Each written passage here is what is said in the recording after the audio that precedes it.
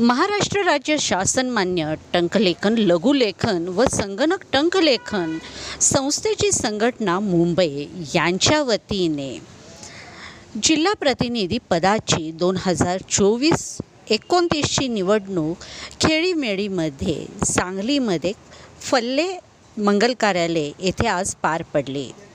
या निवडणुकीत सोहेब सिकंदर मुजावर हे विजयी झालेले आहेत।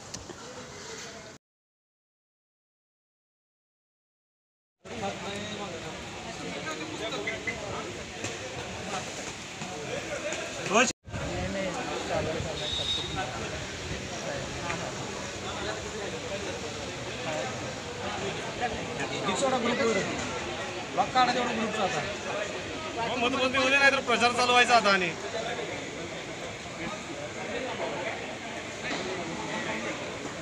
दिला आता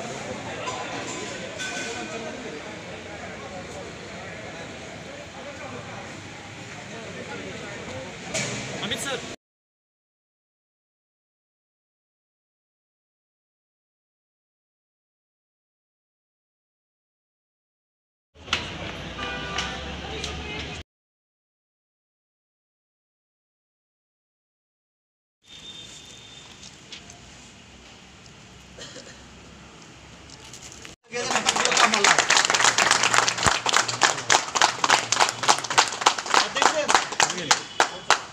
सर महाराष्ट्र राज्य टंकलेखन लघुलेखन शासनमान्य संस्थांची संघटना मुंबई या विश्वस्त संस्थेची पंचवार्षिक निवडणूक कार्यक्रमांतर्गत सांगली जिल्ह्याची जिल्हा प्रतिनिधी निवडणूक आज दिनांक 26/5/2024 रोजी सांगली मुक्कामी फल्ले मंगल कार्यालय इस्लामपूर बायपास रोड या ठिकाणी संपन्न झाली। यामध्ये सांगली जिल्ह्यातील सर्व वाणिज्य संस्था चालक यांनी खेळीमेळीने आणि उत्साहाने निवडणुकीत भाग घेतला होता।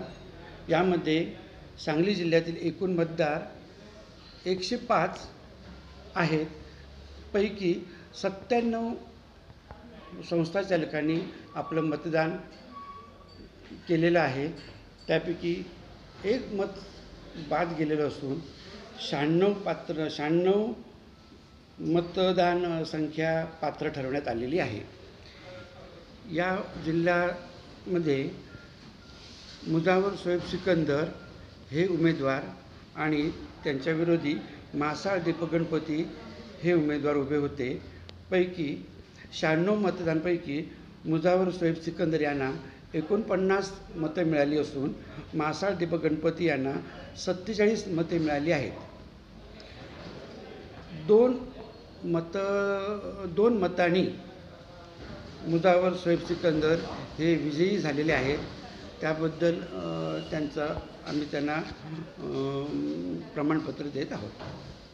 म्हणून सहाय्यक निवडणूक अधिकारी म्हणून कोल्हापूर जिल्ह्याचे सागर घाडगे सर हे उपस्थित आहेत आणि आम्ही दोघांनी म्हणून ही सांगली जिल्ह्याची निवडणूक पार पाडण्यासाठी जबाबदारी घेतलेली आहे। नमस्कार, मी Shoaib Sikandar Mujawar, master computer typing आणि मी शोएब सिकंदर मुजावर, संस्था चालक ती master computer typing and shorthand institute, संस्था कोड 43050, महाराष्ट्र राज्य टंकलेखन लघुलेखन शासनमान्य संस्थांची संघटना मुंबई यांच्या 2024 ते 2029च्या पंचवार्षिक निवडणुकीसाठी मी सांगली जिल्हा प्रतिनिधी उमेदवारीसाठी माझा उमेदवारी अर्ज दाखल केला होता। या निवडणुकीचे मतदान आज फल्ले मंगल कार्यालय सांगली येथे पार पडले। या निवडणुकीत सर्व संस्था चालकांनी उत्स्फूर्तपणे सहभाग घेतला। सांगली जिल्ह्यात एकूण 105 संस्था आहेत। या 105 संस्थांपैकी 97 संस्था चालकांनी आपल्या मतदानाचा हक्क बजावला। या 97 मतदानापैकी मला 49 मते मिळाली आणि मी 2 मतांनी विजयी झालेलो आहोत.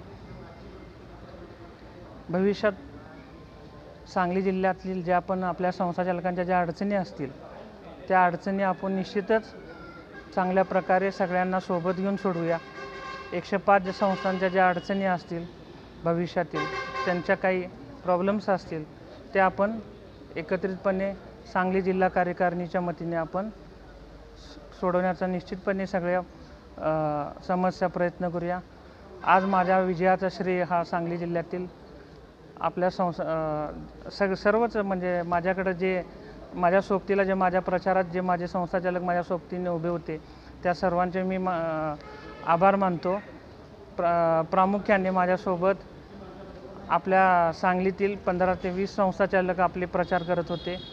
मागचे 8 दिवस पूर्ण तालुक्यातील आपण पूर्ण जेवढे तालुके आहेत सांगली जिल्ह्यात त्या प्रत्येक ठिकाणी संस्थाचालकांच्या भेटी घेतल्या.